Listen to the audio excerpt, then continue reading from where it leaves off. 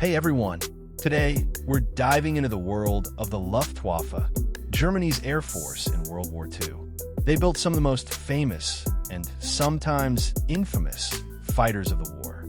From the versatile Bf-109 to the rugged Fw-190, the heavy Bf-110, the groundbreaking jet-powered Me-262, and the radical rocket fighter Me-163 Komet. Each of these aircraft tells a story of innovation, desperation, and fierce battles in the skies. Let's take a closer look together.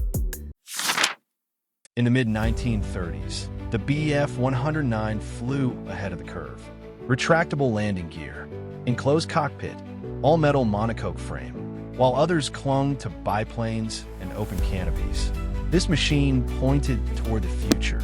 Erich Hartmann, 352 aerial victories.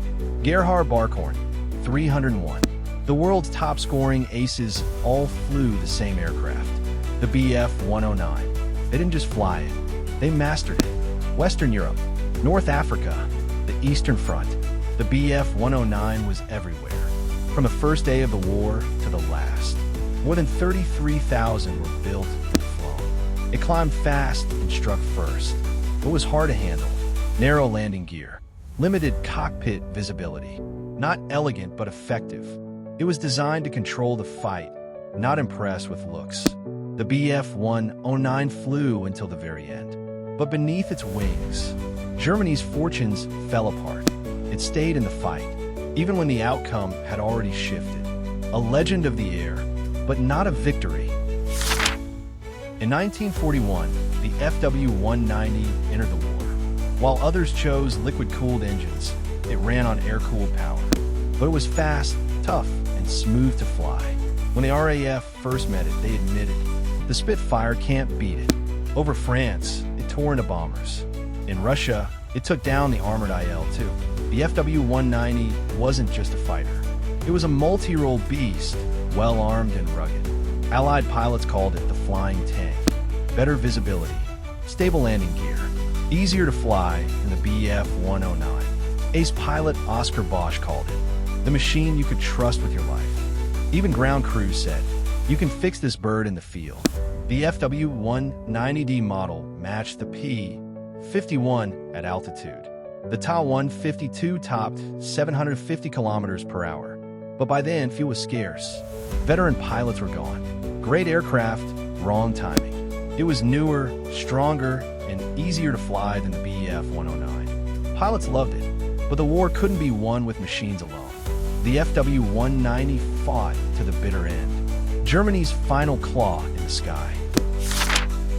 Twin engines, long range, heavy guns. The Bf-110 was built to clear the skies of enemy fighters. It performed well over Poland and France, but the next battlefield would expose its limits. Over Britain, the Bf-110 struggled. Against Spitfires, it lacked agility.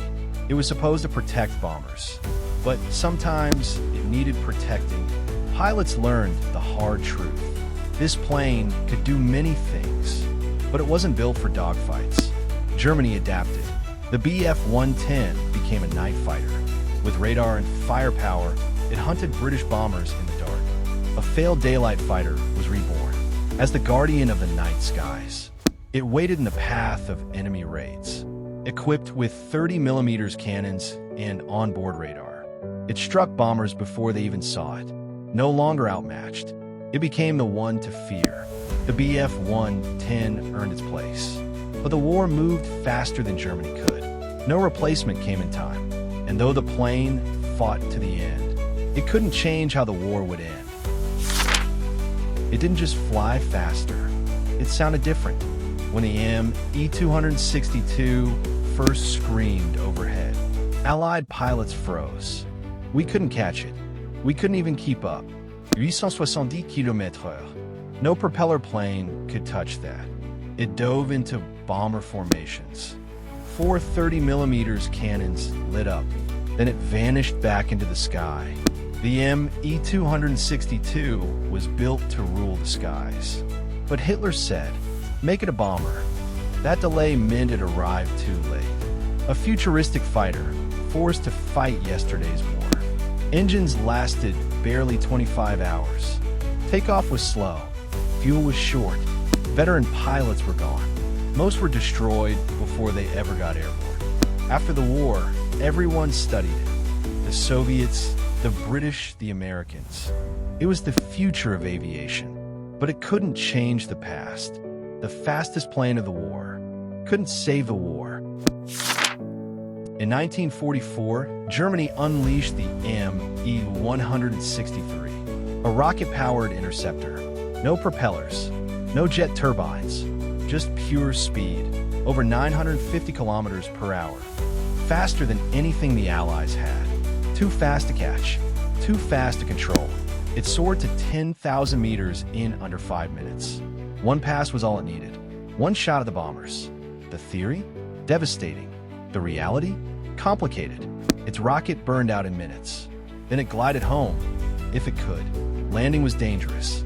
Many Me-163s exploded on touchdown. More pilots died in training than in combat. It brought down a few bombers, but never changed the course of the war. It terrified more than it destroyed. Some pilots called it a flying coffin.